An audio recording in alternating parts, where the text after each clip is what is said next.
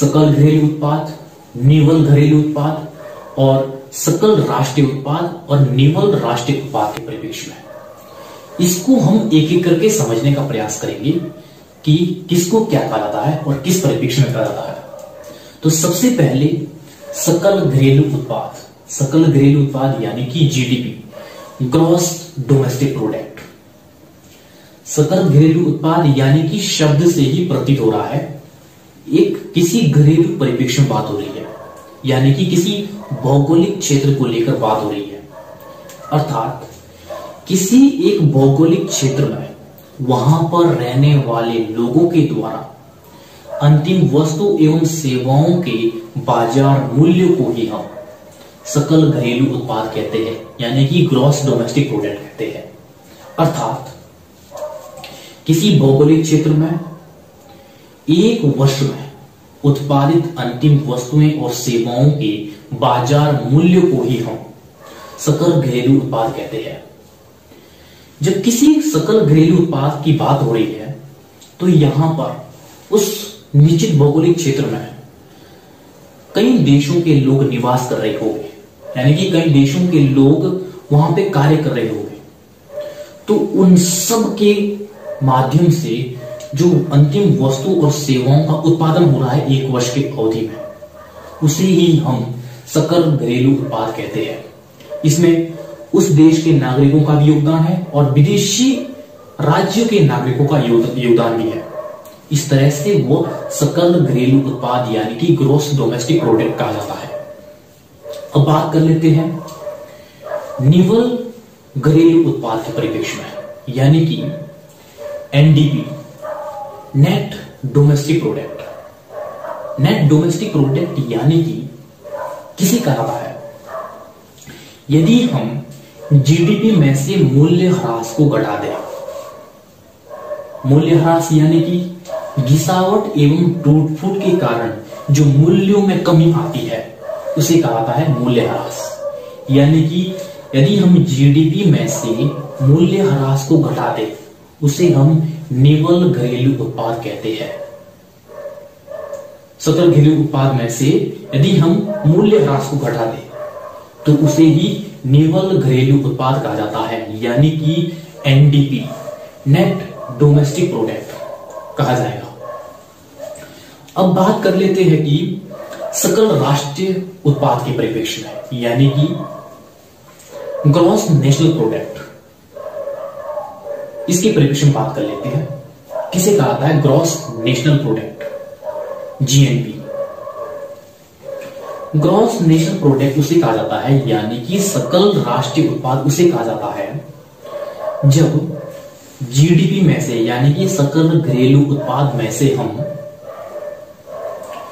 हमारे देश के नागरिकों के द्वारा विदेशी राज्य क्षेत्र से जो आय प्राप्त की जाती है उसको अगर हम जोड़ दें और अपने भौगोलिक क्षेत्र में विदेशी राज्यों के नागरिकों के द्वारा जो आय अर्जित की जाती है हमारे देश में, उसको अगर हम घटा दें तो उसे ही कहा जाता है सकल राष्ट्रीय उत्पाद, जीएनपी, ग्रॉस नेशनल प्रोडक्ट।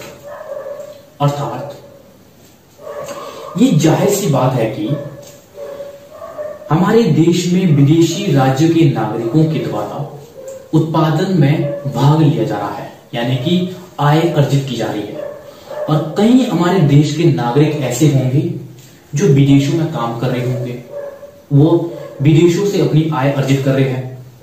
तो इस तरह से जो सकल राष्ट्रीय उत्पाद है इसमें ये प्रावधान है कि सकल घरेलू उत्पाद में से हम विदेशी राज्य क्षेत्रों के नागरिकों की आय को हम घटा देंगे और हमारे देश के नागरिकों के द्वारा जो विदेशों से आय प्राप्त की गई है उसको हम जोड़ देंगे, तो उसे कहा जाएगा सकल राष्ट्रीय उत्पाद, यानी कि जीएनपी, ग्रॉस नेशनल प्रोडक्ट।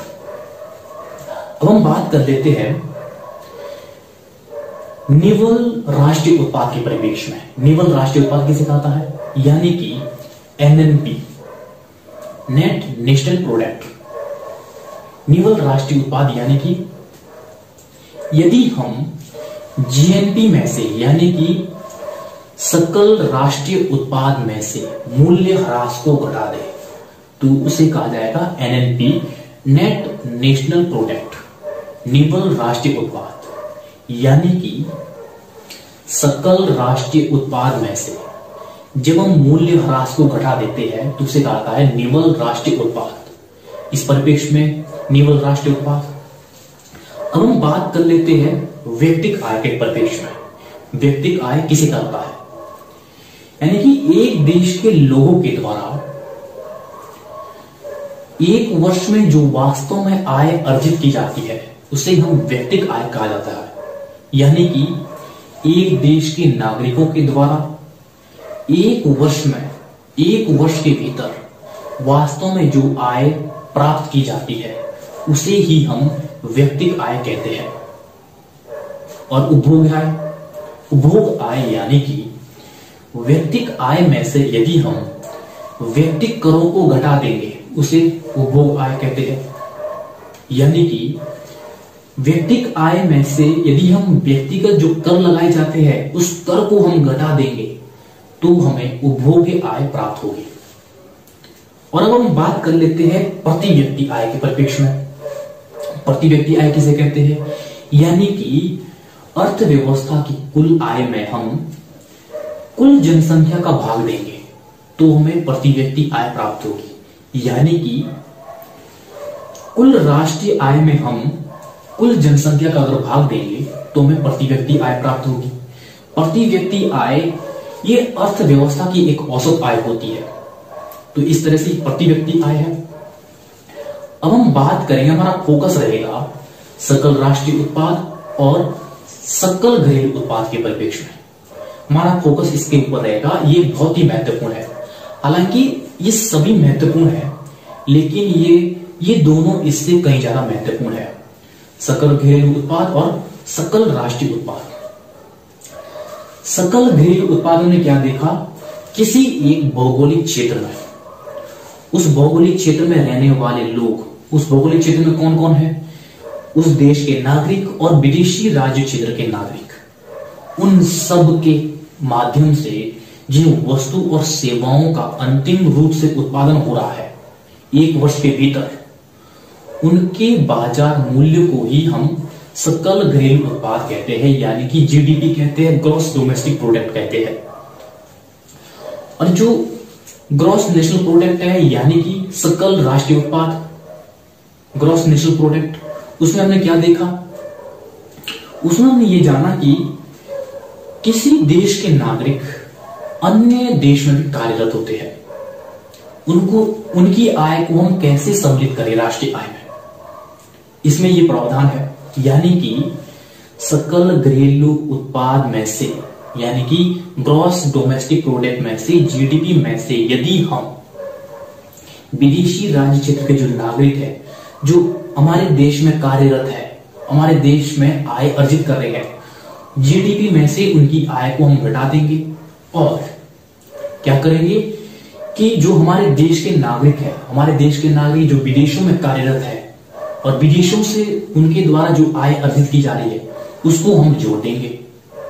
तो इस तरह से वो कहलाएंगी ग्रॉस नेशनल प्रोडक्ट, यानी कि सकल राष्ट्रीय उत्पाद। अब ये समझने योग्य है कि यदि कोई हमारे देश का नागरिक विदेशों में कार्यरत है, उसके द्वारा जो वहां पे आय अर्जित की जा रही है, उसकी आय उस देश में जहां पे वो कार्यरत है उस देश में उसकी राष्ट्रीय आय में यानी कि जीडीपी में जोड़ी जाएगी, यानी कि जीडीपी में काउंट किया जाएगा। और हमारे देश में, हमारे देश के नागरिक की आय वो जीएनपी में काउंट की जाएगी, जीएनपी में जोड़ी जाएगी, यानी कि ग्रॉस नेशनल प्रोडक्ट, सकल राष्ट्रीय उत्पाद में जोड़ा जाएगा। और इसी तरह से यदि कोई विदेशी नागरिक हमारे देश में उत्पादन कर रहा है, हमारे देश में कार्यरत है, तो हमारे देश में उसकी आय को जीडीपी में जोड़ा जाएगा, यानी कि सकल घरेलू उत्पाद में जोड़ा जाएगा। और उस जिस देश का वो नागरिक है, वो विदेशी नागरिक, उस देश में वो जीएनपी में जोड़ा जाएगा, यानी कि सकल राष्ट्रीय उत्पाद, ग्रॉस नेशनल प्रोडक्ट में जोड़ा जाएगा। तो इस तरह से हमने जीडीपी और जीएनपी के मध्य में अंतर को भी समझ लिया है।